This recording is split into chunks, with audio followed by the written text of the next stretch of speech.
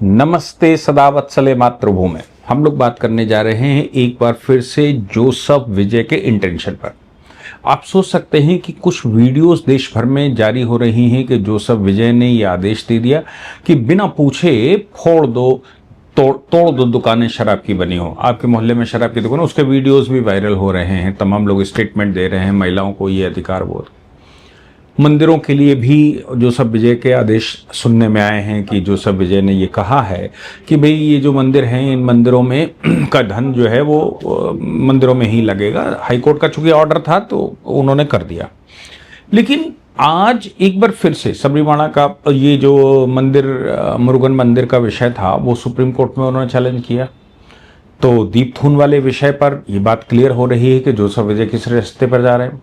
एक और Tamil Nadu high court की डीवी का जजमेंट ऑलरेडी सुप्रीम कोर्ट में चैलेंज किया उन्होंने, एक और किया है, और वो भी हिंदुत्व के खिलाफ है। ये मुरुगन मंदिर में दीपथून का विषय हिंदुत्व के खिलाफ जाता है, जिसकी वजह से डीएमके सरकार गिरी। और अब जोसफ विजय उसको चैलेंज कर दिया कि भाई ये तो जो हाई कोर्ट ने डिसीजन दिया है डीवी ने, वो डिसीजन ठीक नहीं है। क्यों? क्योंकि वो दीपथून का जगह जो है, वो जहाँ पर दीपथून जलाया जा रहा है, वो तो मंदिर की जगह ही नहीं है, वो तो सरकारी जगह है और सरकार उस पर कब्जा करेगी, भले ही उस पर मस्जिद बनाए या जो भी बनाए।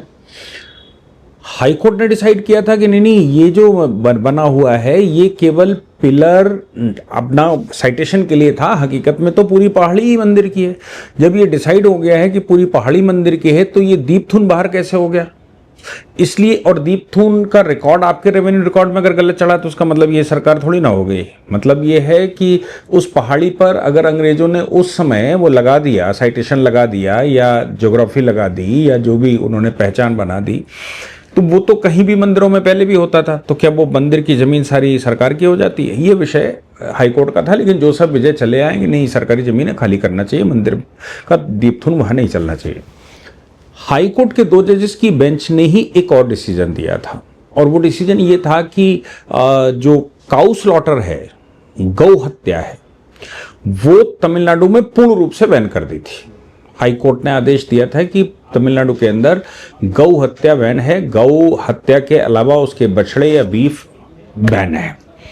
वो 2 जजेस की बेंच थी और ऑनरेबल स्वामीनाथन ही थे उसमें भी। ऑनरेबल जस्टिस स्वामीनाथन के इस डिसीजन को भी तमिलनाडु की आज की सरकार ने सुप्रीम कोर्ट में चैलेंज किया है। ऑनरेबल जस्टिस स्वामीनाथन की अदालत में जब यह मुकदमा आया था तो उसका विषय दूसरा था, और उन्होंने कई एक उनको कोड भी किया है। ऑनरेबल जस्टिस स्वामीनाथन ने कोड भी किया है कि भाई वो जजमेंट किस आधार पर दे रहे हैं। वो 2 जजेस की बेंच, ऑनरेबल जस्टिस स्वामीनाथन और मेरे ख्याल से ऑनरेबल जस्टिस नारायणन, जब तक मैं समझ रहा हूं, इन 2 की अदालत का मुकदमा था। एक PIL आई थी हाई कोर्ट में, जिसमें ये कहा गया था कि भाई ये जो बकरीद आ रही है, बकरीद पर ये लोग गाय काटते हैं और हमको चढ़ाते हैं, गाय काटते हैं और कहते हैं हम सेक्रीफाइस कर रहे हैं।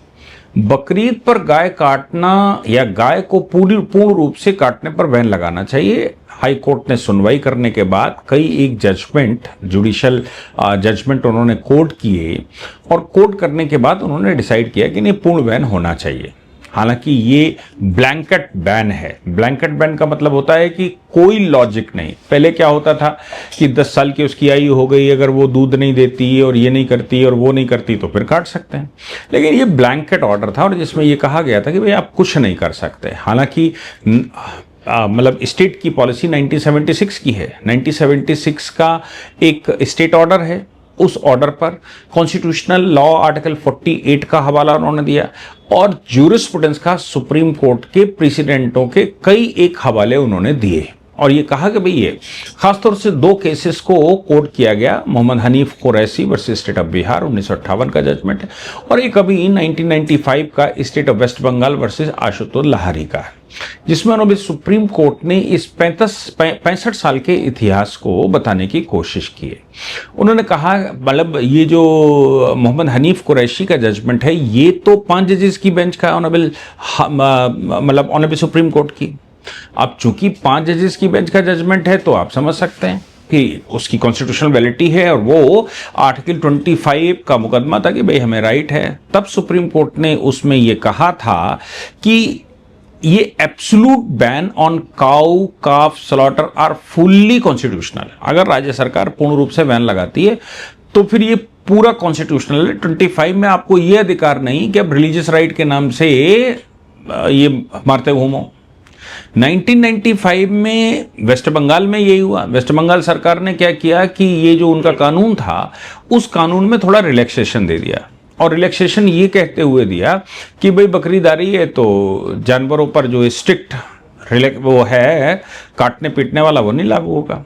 आशुतोष लहरी नाम के व्यक्ति ने चैलेंज किया, फिर वो सुप्रीम कोर्ट मामला आया।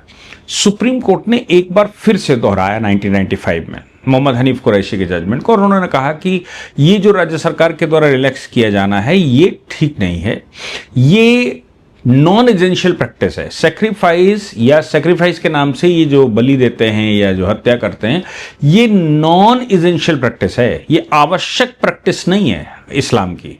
अब चूंकि आवश्यक प्रैक्टिस गाय काटना नहीं है, इसलिए राज्य सरकार भी छूट नहीं दे सकती। उस एग्जेम्पशन को ऑनरेबल सुप्रीम कोर्ट ने डाउन कर दिया था।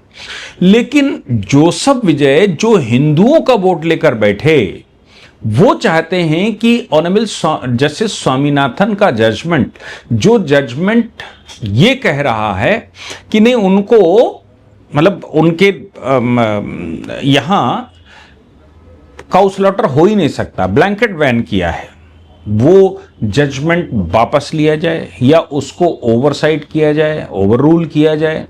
और ओवररूल करते हुए राज्य सरकार का जो नियम है कि राज्य की अनुमति से सर्टिफिकेट के साथ गाय काटी जा सकती है, वो सर्टिफिकेट की प्रक्रिया जारी रखी जाए।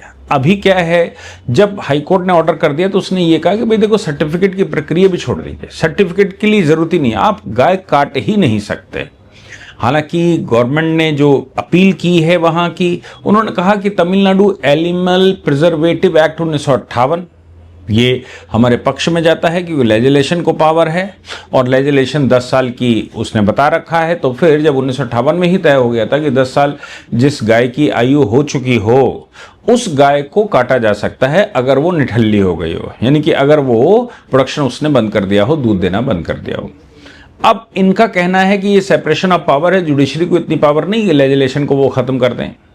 लॉजिकल फ्लो उन्होंने ये दिए कि साहब ये जानवर घूमते रहते हैं और ये पता नहीं क्या क्या करते हैं और मारते नहीं हैं, तो वो तमिलनाडु का स्ट्रक्चर खराब कर रहे हैं, फाइनेंस खराब कर रहे हैं। ये सारे लॉजिक राज्य सरकार ने सुप्रीम कोर्ट में आकर फिर से दिए।